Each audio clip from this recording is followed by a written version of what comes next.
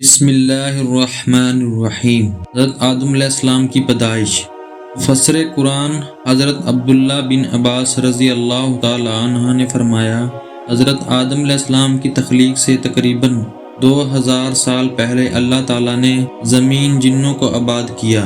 جب جنات زمین فساد پھیلانے اور آپس میں قتل و غارت کرنے لگے تو اللہ تعالیٰ نے ابلیس شیطانوں کے باپ کو فرشتوں کی معیت میں بھیج دیا کہ جنات کو سمندروں اور جزیروں کی طرف بھگا دو۔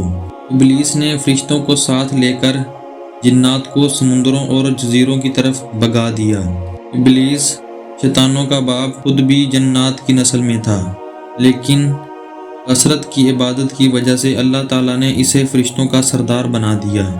فرشتوں کا سردار بننے کی وجہ سے ابلیس میں غرور اور تکبر پیدا ہو گیا۔ اس نے یہ سمجھا کہ مجھے آسمان و زمین میں اتنا بڑا مقام اس لیے ملا ہے کہ اللہ تعالیٰ کے نزدیک تمام مخلوقوں سے افضل ہوں۔ اللہ تعالیٰ کو اس کا غرور اور تکبر پسند نہیں آیا، اور اسی وقت اللہ تعالیٰ نے فرشتوں کے سامنے ایک ایسی مخلوق کو پیدا کرنے کا ظہور فرمایا جو زمین میں اللہ تعالیٰ کی نعمت قائم مقامی کرے۔ فرمانی الہی ہے۔ اللہ تعالیٰ نے فرمایا، اے ابلیس، جسے آدم علیہ السلام کو میں نے اپنے ہاتھوں سے پیدا کیا، اسے سجدہ کرنے سے تجھے کس چیز نے روکا؟ حضور اکرم صلی اللہ علیہ وسلم نے فرمایا، قیامت کے دن اہل ایمان جمع ہو کر حضرت آدم علیہ السلام کے پاس آئیں گے اور عرض کریں گے، آپ تمام انسانوں کے باپ ہیں۔ اللہ تعالیٰ نے آپ کو اپنے ہاتھوں سے پیدا فرمایا، فرشتوں سے آپ کو سجدہ کروایا اور آپ کو چیزوں کے نام سکھائے۔ آپ اپنے رب کے سامنے ہماری سفارش کیجیے تاکہ ہمیں اس مصیبت سے نجات ملے۔ آپ علیہ السلام فرمائیں گے، آج اللہ تعالیٰ بہت غصے میں ہیں، آج سے پہلے کبھی اتنے غصے میں نہیں آئے اور نہ ہی بعد میں آئیں گے۔ اللہ نے مجھے درخت کے پاس جانے سے منع کیا، لہٰذا مجھ سے غلطی ہو گئی، لہٰذا آپ کسی اور کے پاس چلے جاؤ۔ حدیث مبارکہ ہے، اللہ سبحانہ و تعالیٰ نے حضرت آدم علیہ السلام کی شکل و صورت بنانے کے بعد جب تک چاہا نہیں اسے ڈھانچے کی صورت میں بڑا رکھ دیا۔ ابلیس شیطانوں کا باپ حضرت آدم علیہ السلام کے پاس چکر لگاتا رہتا تھا۔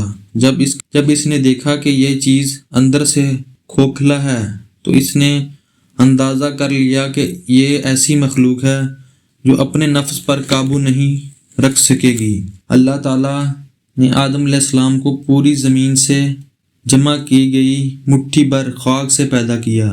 اسی وجہ سے حضرت آدم علیہ السلام کی اولاد بھی مختلف رنگوں مٹی کے مطابق پیدا ہوئی۔ ان میں سفید، سرخ، سیاہ اور درمیانی رنگوں کے بھی ہیں۔ اسی طرح نیک اور بد اور نرم خواہ اور سخت طبیعت والے ہیں۔